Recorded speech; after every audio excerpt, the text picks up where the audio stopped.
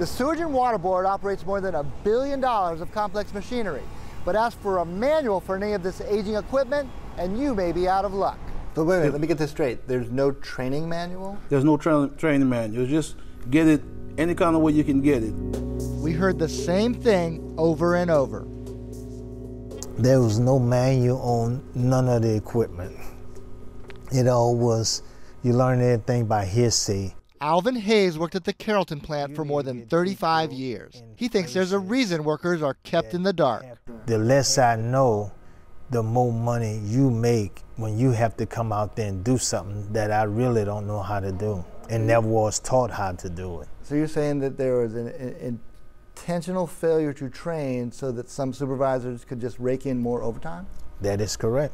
Employees and outside experts all say the human side of this utility is just as troubled as the aging infrastructure. Records show an agency that is understaffed, buried under a backlog of work orders, dangerously reliant on unevenly distributed overtime, but at the same time dragged down by high turnover and employee misconduct. Management is not doing what they supposed to do. Former Inspector General Ed Quatrevo used even stronger words.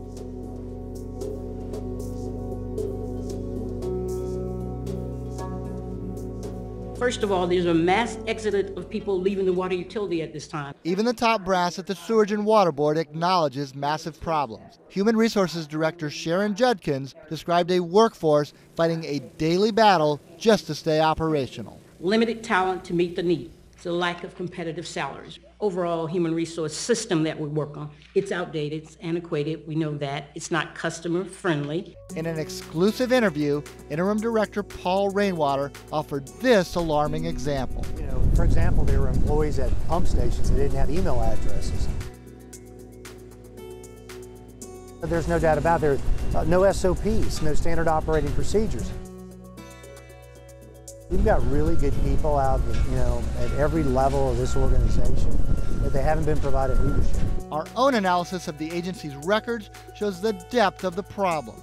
Last month, the agency reported 325 job vacancies, more than 25% of its workforce. This has contributed to a backlog of more than 3,700 individual work orders to repair things that are broken. And one thing I can say about the work order backlog is that it has increased by 11% since the first of the year, and since January 2016, it's actually increased by 50%. To keep from sliding even further, the utility has relied heavily on overtime. The agency was slammed for the practice in this 2015 Inspector General's report, which looked at 2013 budget numbers and found that dozens of employees were in violation of a civil service rule limiting workers to 416 hours of overtime per year. The Sewage and Water Board acknowledged the findings, but instead of cutting back, convinced the Civil Service Commission to raise the overtime cap to 750 hours, with exceptions to go as high as 900 hours for, quote, critical public safety positions. But even at a limit of 900, and the agency vowing to do better, 74 employees exceeded 1,000 hours of overtime last year.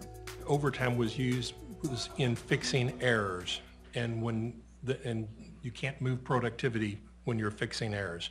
And with that, the errors are caused by mistakes by employees. Some of the workers we spoke to say mistakes happen when poorly trained employees make a bad situation worse. Frustrated by the inefficiency, this senior plant worker decided years back to take one small but useful step. He labeled the equipment in his area.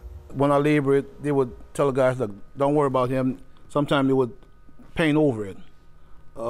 Stop me. They didn't have the adequate manpower, things that they needed to do as far as taking care of their part of these problems. They didn't do, they didn't maintain. Longtime employees say the outdated work environment goes back decades.